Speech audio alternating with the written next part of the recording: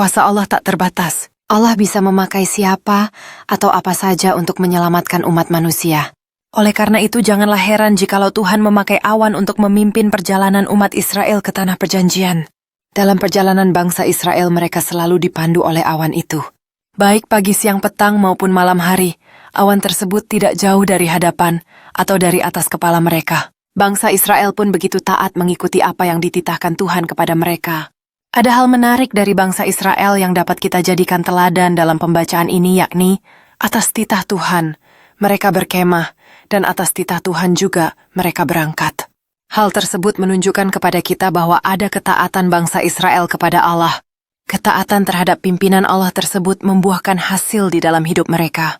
Ketaatan yang ditunjukkan bangsa Israel merupakan respons terpenting terhadap pimpinan Allah, dan itu bukan soal kemana dan di mana kita berada, tetapi kehadirannya sendiri dalam hidup kita. Ketika Ia hadir, apakah kita mau merespons atau tidak? Sebagai umat manusia, terkadang kita gagal memahami rencana Allah. Kita tidak memahami perihal waktu dan cara Allah bekerja dalam hidup kita. Kita seringkali meragukan kuasa dan pimpinan Allah dalam hidup kita. Apakah yang akan kita lakukan bila Allah tidak segera menjawab doa kita? Apakah kita akan mulai bersungut-sungut dan menyalahkan Allah? Apakah kita masih mau memahami pimpinan cara dan waktu Allah bagi kehidupan kita? Saat ini mari kita belajar dari bangsa Israel yang taat dan melakukan apa yang Allah perintahkan kepada mereka melalui Musa. Mereka melangkah dengan keyakinan, meski belum mengetahui apa yang akan terjadi, tetap berpegang pada janji Allah. Dengan iman yang teguh, bangsa Israel melangkah maju mengandalkan kuasa Allah yang tidak terbatas. Sadarilah bahwa kita membutuhkan pimpinan Allah dalam hidup ini. Kesuksesan jasmani maupun rohani tidak akan pernah terwujud tanpa pimpinan Allah.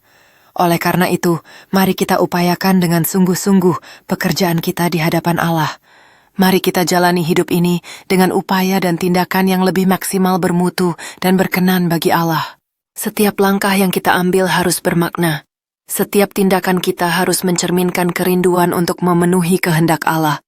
Dalam setiap usaha dan upaya, mari kita tanamkan niat yang tulus agar hasilnya dapat menjadi berkah bagi diri kita dan orang lain.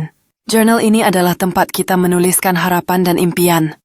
Setiap halaman mencerminkan perjalanan kita di mana kemajuan dan kebangkitan iman saling terjalin. Marilah kita berbagi cerita dan pengalaman serta saling menguatkan dalam menjalani setiap tantangan.